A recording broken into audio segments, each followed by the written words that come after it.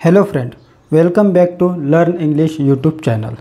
तर मागच्या व्हिडिओमध्ये आपण बघितले होते का इंग्लिशमध्ये कोणकोणते कॉमनली वर्ड यूज केले जाते। आता ते जे सर्वात जास्त उपयोगात आणले जाते ते तर आपण मागच्या व्हिडिओमध्ये बघितलेच।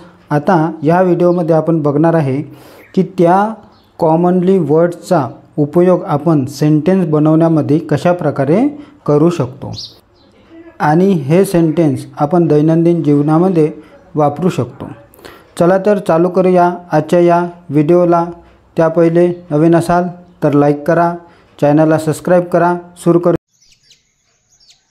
मी सेंटेन्स वाचतो, माझ्या पाठोपाठ तुम्ही पण वाचत चला आणि हे सेंटेन्स तुम्ही लिहून पण ठेवा म्हणजे तुम्हाला कामी येणार। तर चला माझ्या पाठोपाठ तुम्ही पण म्हणत चला। I can bat. चला परत म्हणा, आय कॅन बॅट म्हणजे मी बॅटिंग करू शकतो।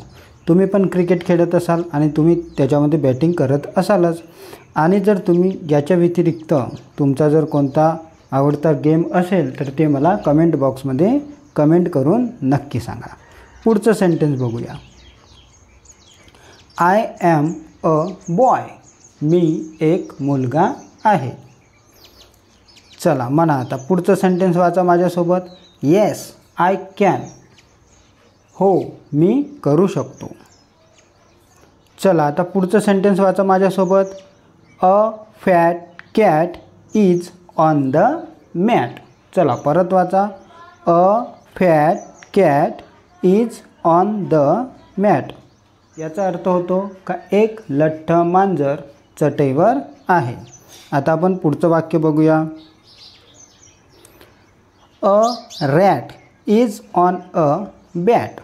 चला परत वाचा। A rat is on a bat म्हणजे याचा अर्थ होते का एक उंदीर बॅटवर आहे। ज्या बॅटनं आपण क्रिकेट खेळतो त्या बॅटवर एक उंदीर आहे। रॅट म्हणजे होते उंदीर। आता पुढचं सेंटेन्स वाचूया। A man ran to the van. A man ran to the van म्हणजे एक माणूस व्हॅनकडे धावला। व्हॅन म्हणजे जे गाडी असते, तुम्ही ABCD मध्ये जे वाचता ना, वे फॉर व्हॅन, तर ती व्हॅन। तर काय होते याचा अर्थ एक माणूस व्हॅनकडे धावला। आता पुढचं वाक्य। A man is in the cab. A man is in the cab म्हणजे एक माणूस टॅक्सीमध्ये आहे। कॅब म्हणजे होते टॅक्सी। तर एक माणूस टॅक्सीमध्ये आहे असा याचा अर्थ होतो। आता पुढचं सेंटेन्स बघू। It is my cat. It is my cat. तर असं स्लो वाचत चला। आपण आत्ता शिकत आहे तर पहिल्यांदा हळूहळू वाचू, मग फास्टमध्ये आपण वाचणारच आहे। तर चला म्हणा, इट इज माय कॅट। तर याचा अर्थ होतो का ती मांजर माझी आहे, ती माझी मांजर आहे असा याचा अर्थ होतो। आता पुढचं sentence. It is his van. It is his van म्हणजे ती त्याची व्हॅन आहे। Is my can. It is my can. Can म्हणजे होतो डबा। तर काय होते याचा अर्थ, तो माझा डबा आहे। Dad has a pad. Dad has a pad. आता पॅड म्हणजे वही पण होते आणि ज्याच्यावर तुम्ही पेपर सोडवता, ज्याला आपण मराठी भाषेत खरडं म्हणतो, त्याला पण पॅड म्हणतात।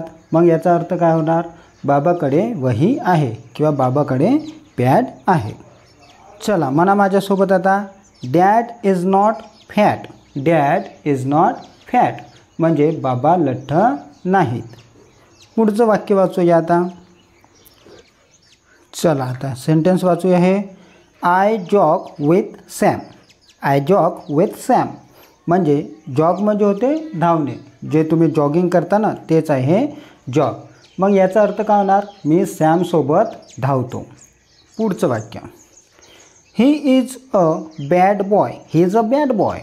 चला म्हणा, he is a bad boy म्हणजे होते तो वाईट मुलगा आहे। आता पुढचं सेंटेन्स चला वाचत चला माझ्यासोबत, वाचणार तरच येणार असं डॉक्टर बाबासाहेब आंबेडकरनं म्हटलंच आहे, वाचाल तर वाचाल म्हणून वाचा। तर आपण हे सेंटेन्स वाचूया।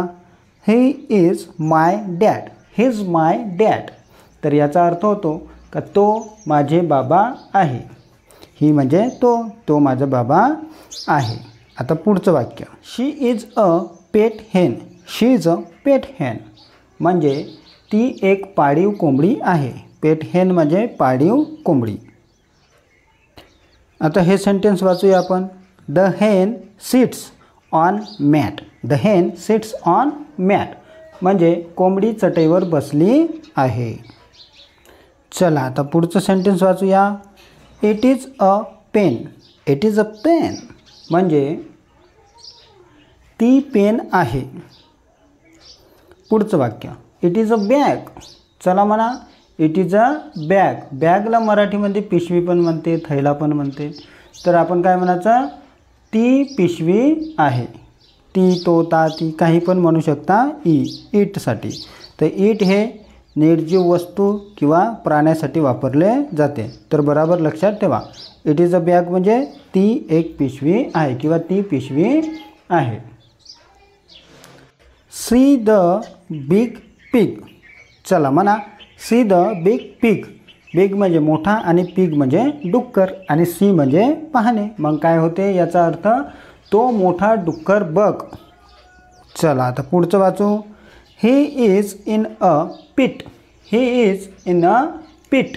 पिट म्हणजे होते खड्डा. तर मग याचा अर्थ काय होते, तो खड्ड्यात आहे.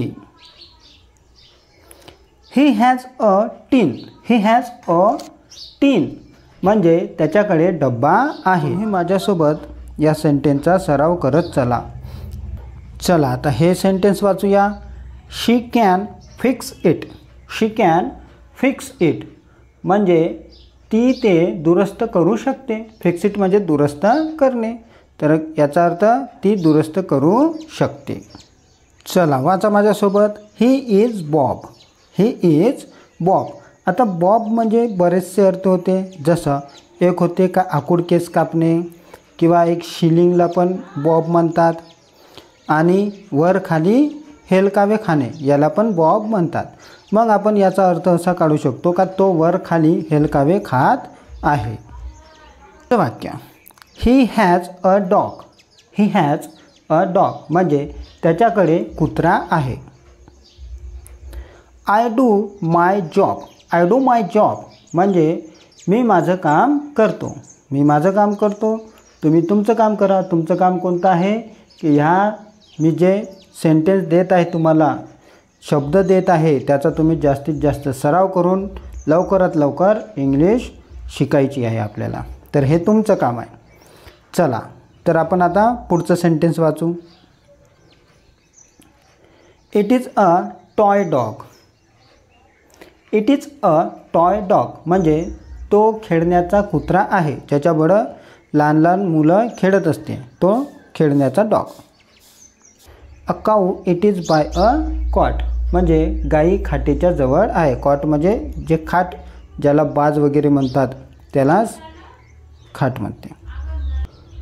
The pot is hot. Pot म्हणजे होते भांडे आणि हॉट म्हणजे गरम. मग याचा अर्थ काय होते, भांडे गरम आहे. I can run. कॅन म्हणजे शकतो आणि रन म्हणजे धावणे. तर मी धावू शकतो असा याचा अर्थ होतो. I can run.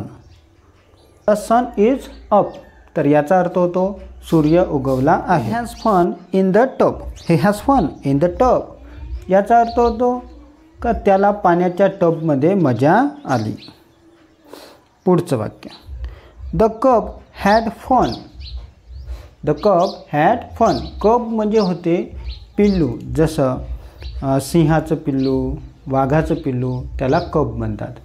मग याचा अर्थ काय होते, पिलाला मजा आली. पुढचं सेंटेन्स चला वाचा. The pup got into the tub. The pup got into the tub पिल्लू टबमध्ये गेले.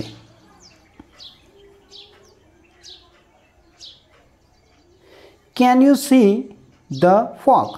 Can you see the fog म्हणजे तुला धुके दिसले का. फॉग म्हणजे धुके, जे हिवाळ्यामध्ये आपल्या भोवताल दिसते पांढरे पांढरे, ते आहे फॉग. तर तुला धुके दिसले का, असा याचा अर्थ होतो. अशा प्रकारे आपण काय केले आहे, आज फक्त सराव केलेला आहे. छोटे छोटे आपण जे कॉमन वर्ड वापरले होते त्याचा आपण आज सेंटेन्समध्ये उपयोग केलेला आहे. तर अशाच प्रकारे तुम्ही पण त्याचा सेंटेन्समध्ये उपयोग करा आणि मला कमेंट बॉक्समध्ये कमेंट करा की तुम्ही कोणत्या सेंटेन्सचा उपयोग केलेला आहे. आणि हा व्हिडिओ आवडला असेल तर लाईक करा, नवीन असाल तर सबस्क्राईब करा आणि हा व्हिडिओ त्यांना शेअर करा ज्यांना इंग्रजी वाचण्याची, लिहिण्याची, बोलण्याची इच्छा आहे. आता भेटूया पुढच्या व्हिडिओमध्ये. तोपर्यंत तुम्ही या सेंटेन्सचा आणि मी जे शब्द दिले होते याच्या पहिलेच्या व्हिडिओला ते मी डिस्क्रिप्शन बॉक्समध्ये देतो. व्हिडिओची लिंक तुम्ही बघितली नसेल तर बघून घ्या आणि आपल्या जीवनामध्ये या वाक्याचा, शब्दाचा वापर करा. आता भेटूया पुढच्या व्हिडिओमध्ये. तोपर्यंत सराव करत राहा.